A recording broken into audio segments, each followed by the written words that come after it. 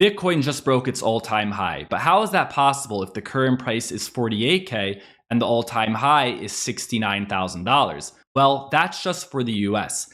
Bitcoin has broken its all-time high in countries such as Nigeria, Turkey, Pakistan, Laos, Burundi, Malawi, Ghana, Congo, Sierra Leone, Sudan, Argentina, Lebanon, Ukraine, and Japan. The reason is because the fiat currencies of these countries have went down the drain. People often ask, what are the use cases for Bitcoin? Well, this is one of them. It's a safe haven against the collapse of fiat currency. It's a protection against hyperinflation. And fiat currency always ends up at zero. Governments printing money and hyperinflation is guaranteed. This goes for small countries and even world leaders such as the United States. It's not just citizens looking out to protect themselves, but world leaders as well. This is what Vladimir Putin had to say about it on his recent interview with Tucker Carlson. The US dollar, which has kind of united the world in a lot of ways, maybe not to your advantage, but certainly to ours, is that going away as the reserve currency, the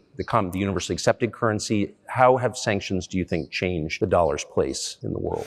You know, to use the dollar as a tool of foreign policy struggle is one of the biggest strategic mistakes made by the US political leadership.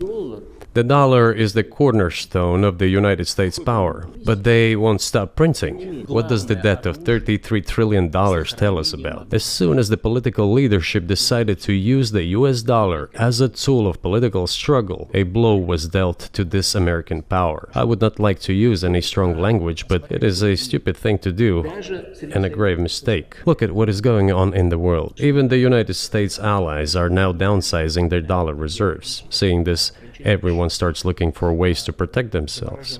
But the fact that the United States applies restrictive measures to certain countries, such as placing restrictions on transactions, freezing assets, etc., causes grave concern and sends a signal to the whole world. Do you even realize what is going on or not? Does anyone in the United States realize this? What are you doing? You are cutting yourself off.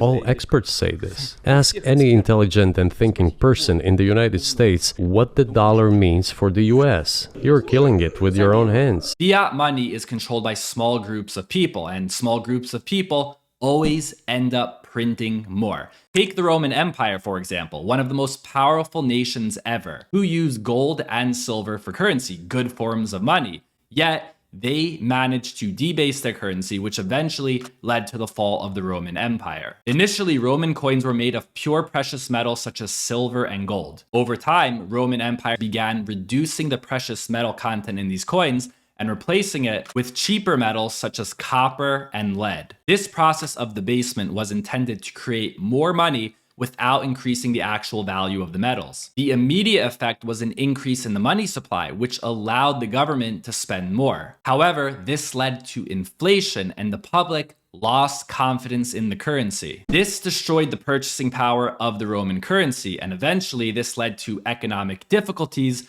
and the fall of the Roman Empire. I personally believe that money printing will continue across the world, and that money will narrow down to a few strong currencies over the next 20 years. For example, currencies such as Bitcoin or the US dollar. No country is immune to fiat debasement. The US dollar is the world's leading fiat currency, and it has lost much of its purchasing power over the last 100 years due to money printing. But even though the US dollar has lost much of its purchasing power, I don't think it's going to disappear anytime soon. Relative to other countries, it's still strong. In El Salvador, because their national currency was so weak, they adopted two national currencies, Bitcoin and the US dollar. I do believe we'll see other countries adopt a similar approach in the coming years as their currency hyperinflates. Maybe we'll see it in Argentina or some of the other countries mentioned earlier in this video. Bitcoin makes sense. It is limited in supply. There will only ever be 21 million coins, and there's no government